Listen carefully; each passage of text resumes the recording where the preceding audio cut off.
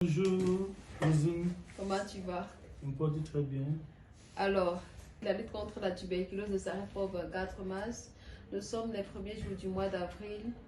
Déjà, Elvis va se présenter. À l'état civil, je m'appelle Elvis Serge Nsar Dufo-Tala. Je suis journaliste, rédacteur en chef adjoint au groupe santé depuis le 11 janvier 2021. Alors, on a dit le média c'est éco-santé, ça veut dire que vous êtes spécialisé dans la santé. Toi, tu es uniquement journaliste santé ou il y a autre chose? Oui, vous savez que selon les Nations Unies, les médias doivent se spécialiser. En fait, c'est une recommandation, ce n'est pas une obligation. Et éco-santé, on s'est appris l'avance quand on dit les médias en se spécialisant uniquement sur les questions de santé, autant pour moi. Durant mes précédentes rédactions où j'ai eu à travailler, j'étais déjà responsable de la revue santé. Et c'est l'une des motivations qui a influencé ma venue ici au Éco-Santé, parce que je travaillais déjà sur les questions de santé. Et le de publication du Éco-Santé a été flatté par mes articles. Il a bien voulu me prendre dans son équipe. C'est la raison pour laquelle j'ai adhéré à son projet, qui est un domaine qui consiste à porter la voix des sans-voix, à sensibiliser les populations sur les pathologies qui menacent la santé mondiale. D'accord. Et dans ce cadre, qu'est-ce que Elvis a particulièrement fait dans le cadre de la lutte contre la tuberculose, alors la commémoration de la journée mondiale de lutte contre la tuberculose en cette année 2024 au Cameroun? Merci déjà pour votre brillante question. Il faut le rappeler que déjà au mois de juillet 2023, j'ai été formé par l'AGIPO Santé sur la rédaction des articles qui intègrent la méthodologie SMART. Et déjà, c'était sur les questions des droits de l'homme en lien avec le VIH-Sida. Et j'avais également eu le meilleur prix qui avait été remis à la faculté de médecine de l'Université Yaoundé 1. Et donc, le concours que l'ONG FIS et ses partenaires ont lancé en ce qui concerne la tuberculose a été pour moi du pain béni parce que j'ai imprégné des réalités sur les questions des pathologies, les trois pathologies par le 19 VIH et tuberculose.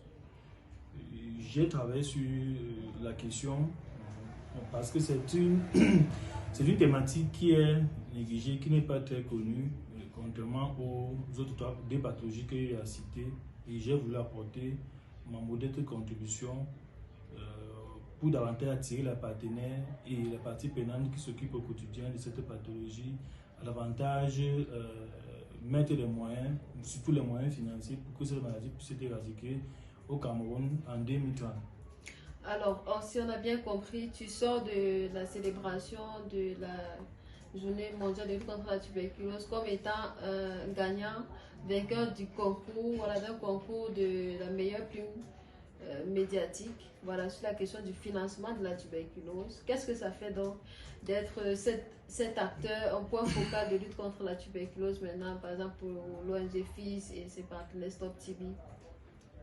Pour moi, c'est une double joie. Déjà, merci, 1000 fois merci à l'ONG FIS qui a bien voulu mettre en exergue les professionnels de la plume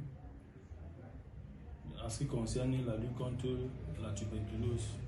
Parce que généralement, les professionnels des médias ne sont pas mis en exergue en ce qui concerne les récompenses ou les prix.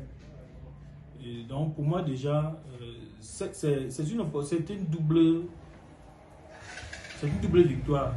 Déjà pour les professionnels de santé et aussi pour les journalistes qui ont des questions de santé, parce que ça avantage à amener les jeunes journalistes ou les journalistes déjà qui sont dans d'autres rubriques à s'intéresser sur les questions de santé, parce que généralement les gens aiment la politique, les gens aiment se spécialiser en politique ou en économie, parce que peut-être que là-bas il y a plus de rémunération, il y a plus d'argent, l'argent circule là-bas beaucoup, contrairement au domaine de la santé où c'est beaucoup plus dans le social, dans le communautaire, c'est-à-dire on va faire les personnes qui sont pauvres, qui sont démunies, qui sont en souffrance et qui ont besoin d'être prises en charge gratuitement.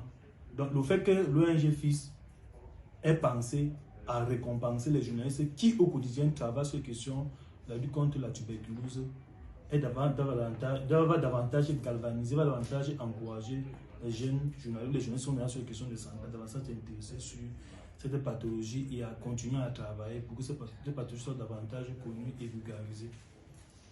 D'accord. On a compris que le financement n'est pas seulement le nerf de la guerre au niveau de la tuberculose dans tes propos. Ça m'intéresse parce que cette année, on parle principalement du problème de financement de la tuberculose et ton article était là-dessus. Donc, j'ai envie de demander à Elvis quels sont ses engagements, qu'est-ce qu'il prend comme engagement, qu'est-ce qu'il dévoile comme action ou plan d'action à mettre en œuvre dans le cadre de la contribution pour la lutte contre la tuberculose, peut-être particulièrement cet aspect de financement, de sous-financement de la tuberculose au Cameroun. Oui, je pense également c'est une très belle question parce que grâce à vous, je me suis davantage documenté sur la question du sous-financement de la tuberculose au Cameroun. Moi, j'ai remarqué que au départ, la tuberculose était beaucoup financée parce que c'est une pathologie qui était mondialement reconnue. Et à partir des années 80, cette pathologie a complètement disparu en Europe et les bailleurs de fonds se sont retirés. Or, et pourtant, cette pathologie continue à exister en Afrique. Voilà l'une des raisons qui peut expliquer le sous-financement de la tuberculose en Afrique parce que les bailleurs de fonds qui sont des Européens estiment que c'est une pathologie qui est africaine. Bon, la raison la plus récente que moi j'ai découverte, ce sont les conflits qui ont déclenché dans le monde entier. Vous savez que ce sont les pays du G8 qui financent généralement les problèmes de développement des pays en voie de développement, si vous permettez la tautologie. Et quand les conflits déclenchent donc partout en Europe, qu'on voit en Ukraine, un peu en Asie, et ces financements sont davantage réduits en Afrique pour être envoyés dans ces pays qui sont en conflit. Donc voilà une des raisons qui peut expliquer le sous-financement de la tuberculose. Une des raisons internes, c'est également une implication, si vous permettez le néologisme, des opérateurs économiques africains. Parce qu'en Afrique, on a les hommes d'affaires, on a les opérateurs économiques qui ont des moyens, qui peuvent également aider le public, l'État du Cameroun à lutter contre cette pathologie, notamment en finançant la lutte contre la tuberculose. Je pense que le plaidoyer du ministère de la Santé va dans ce sens. D'ailleurs, l'État à Douala a rencontré le GICAM. Il est question de les imprégner sur la problématique du financement de la lutte contre les maladies en Afrique. Moi, je pense que 2030, on pourra éradiquer cette pathologie. Oui, en ce qui concerne mon engagement d'abord, c'est non seulement de produire les articles pour sensibiliser les parents sur les symptômes, les manifestations de la tuberculose, mais davantage pour amener, comme j'ai déjà dit précédemment, les opérateurs économiques camerounais, les leaders d'associations, les chefs traditionnels, les responsables communautaires dans nos différents quartiers à s'impliquer sur la prise en charge des malades, notamment en les édifiant sur, par exemple, les symptômes, comment remarquer en communauté qu'un enfant peut avoir une tuberculose et comment orienter sur les différents centres de prise en charge de cette pathologie-là. Donc voilà en quelque sorte le travail que moi je vais faire en ma nouvelle statut de TB Champion. Merci beaucoup, c'était un plaisir d'échanger avec toi Elvis. On reste en contact et on va poursuivre les travaux dans ce combat qui, on le souhaite, s'achèvera d'ici 2030.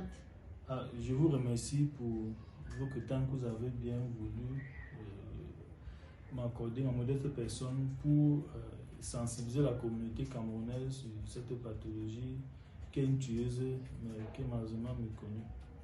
Merci.